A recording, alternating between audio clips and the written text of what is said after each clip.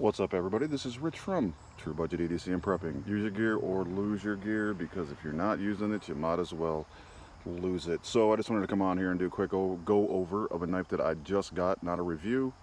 Haven't used it really for anything yet, but I just wanted to come on here and go over it real quick. But before I do, this Hank today is a Hank by Ace of Hanks, pirate themed Hank, pretty cool. You can check out Ace of Hanks on Etsy. They have a store over there. They got some pretty good stuff.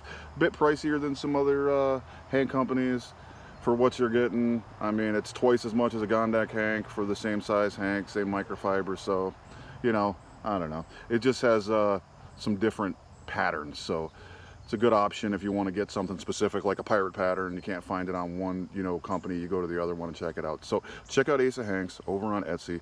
They got some pretty cool stuff. Now, the knife that I got today is the cold Steel G.I. Tanto. Don't have the scale out or the, ruler, because I don't need it. It says it right on here. Cold Steel's pretty cool about that. So it's a 5-inch handle. It weighs 12 ounces, 7-inch length. Blade thickness is 4 millimeter. It is 1055 carbon steel, and overall it is 12 inches long. 1055 is a mid-carbon, not mid-range. Some people call it a high carbon steel. It's not really a high carbon steel. 55, it's got 50 to 60% carbon in it. So it's not high carbon. It is a mid-carbon steel, and it's super tough because it's a softer steel. Cold Steel doesn't actually put on what the HRC is, and I'm not really sure, but I'd probably say 55, maybe 54, 56 in there, in that range, possibly.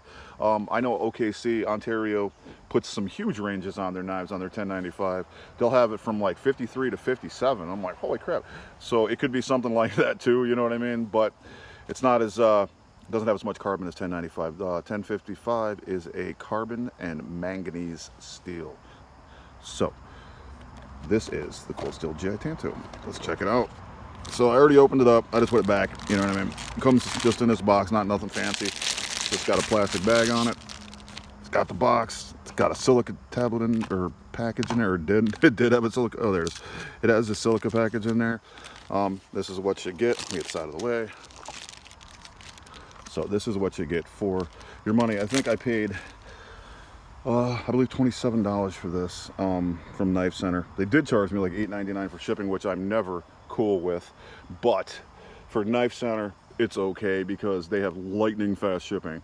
It is a larger knife, got a little bit more weight to it, and it gets here in like 2 days. So I'm like, whatever, I'll pay the $8.99. I didn't really want it, but whatever. So they're good. Check out Knife Center, they got some good deals. So comes with this Secure X sheath. It's got this strapping system right here. You can unlock, you undo this, unsnap this, and this goes right around your belt. If you don't want to just, put your belt through, you can pull it apart, put it on without taking your belt off. But it does have this snap right here on it. So see if I can work a snap. My first day with the new hands. It doesn't rattle, it doesn't make any noise, it doesn't do anything. I've seen people complaining that this sheath dulls your blade, but whatever, bro. It's 1055 steel. You can sharpen it again if it does. I have kind of found that with the Cold Steel mini leather neck. They got the Secure X, shield, and it does kind of dull it up a little bit. Not sure. It's just, polymer material, plastic. So this one actually has a 1055 steel, and it has the polymer polyamide plastic handles. It has a lanyard hole here. It is full tank construction. It does have, these torque screws. You can take the handles off if you wanted to make it a little bit lighter. I mean, you wouldn't get much more light. You can put some paracord on there or whatever. So this right here, so I don't know if you watched my old videos, if anybody watched them before in the past, there is no such thing as a finger choil. Nobody should ever put their finger up to by the blade. I've done all kinds of videos about this. If you go to A.G. Russell's site, check out his knife encyclopedia, look up finger choil. There is no such thing. It's a sharpening choil. It's to denote the end of the blade while you're sharpening. Never put your finger up against the guard. This, however, is actually a finger choil because there's a ricasso here, so your finger is protected. I've only seen 2 knives. It's this one and the SCH F36 that I have. The Shroud knife that actually has a guard here up against the blade so you can choke up on it and not worry about your finger being up on the blade. But if your finger's up on the blade, not a finger choil, don't do it. I don't know why companies do that, just trying to get people hurt. So that actually is a finger choil. It has this these guards, quillions. It is a Tanto blade, obviously. It is swedged right here, and it's got some thickness to it. I mean, it's pretty ergonomic in the hand. It's pretty decent. It goes in here really good, and it's secure. It's not going to come out at all. Hence those Secure X, right? And you just, boom, it comes right out, and you are good to go. So that is a knife I just got. I'm not going to be out in the woods chopping on any trees like an idiot, so that's not going to happen. I don't do stuff with my knife like that. Not supposed to. So I don't. I may use it for, I don't even know. I don't even know what I'm going to use it for, to be honest with you. I'm not really a big fixed blade dude. I usually, I love them because they're knives. You know what I mean? Obviously. I put them on my bags, in my truck. You never know. You might need a big knife or something. But I don't know. I really honestly bought this because it's a carbon steel fixed blade, honestly, seriously. And I don't have Tanto blades. I don't really like Tantos, actually, to be honest with you. This is just a good deal. It's made out of carbon steel, 7-inch blade. 7-inch blade is the blade that won the West. A lot of the butcher knives are 7 inches that the mountain men used. And I figure maybe I can use it, you know, for general utility in the house, cutting food, you know, prepping meat, stuff like that. I'm not sure how well the Tanto is going to work out in that scenario, and it has no belly, so it's not really the most ideal food prep knife. But whatever, costs 27 bucks, right? Do whatever you got to do.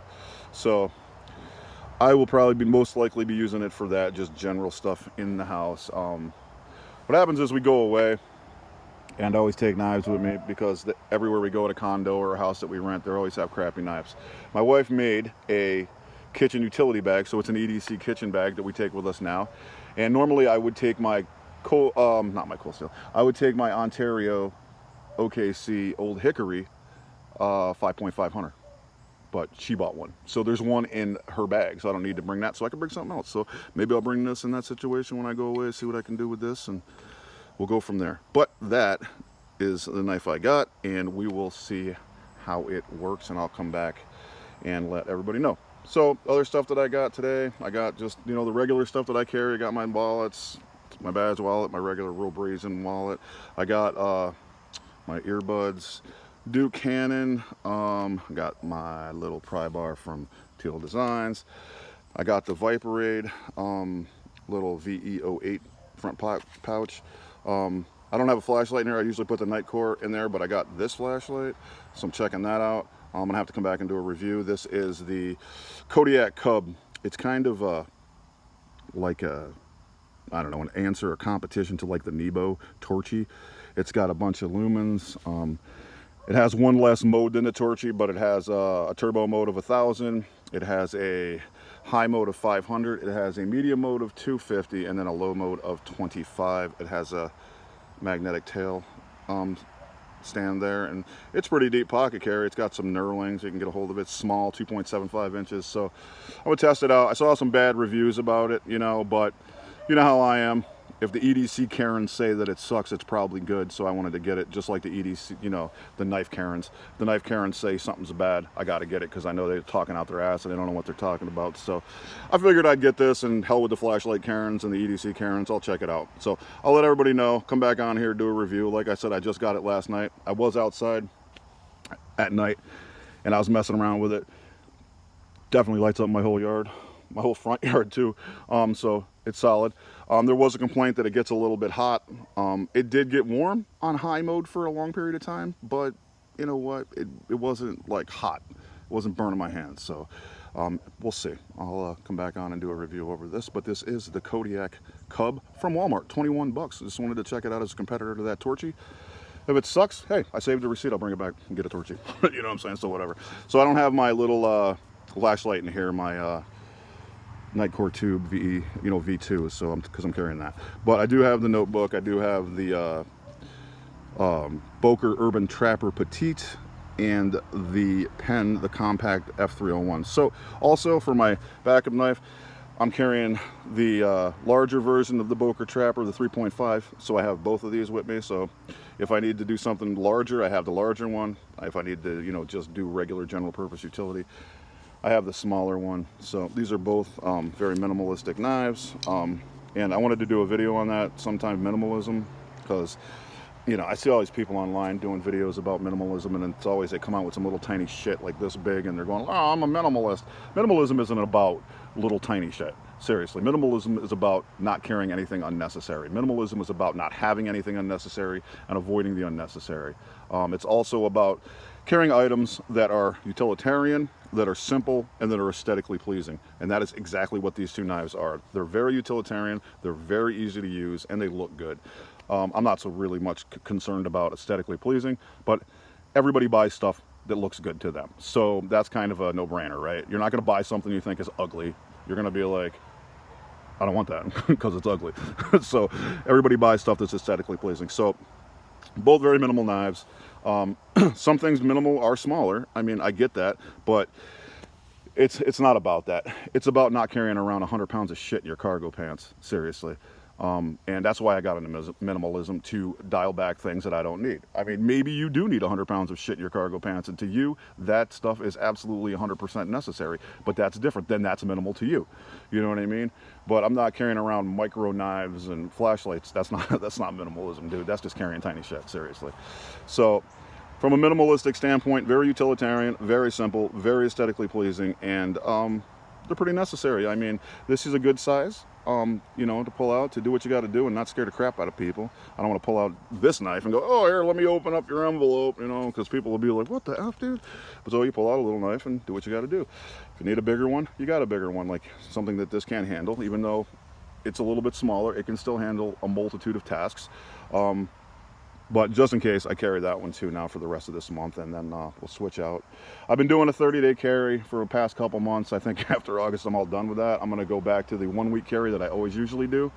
And yeah, we'll see how that goes again. So this is the knife that I got yesterday when I came home from work, and this is the flashlight that I got. I will come back on and do a review of that once I use it more than just, you know, for a little while. I'm going to carry it and see if it explodes, and I will come back on and let you know. All right, you guys have a great day.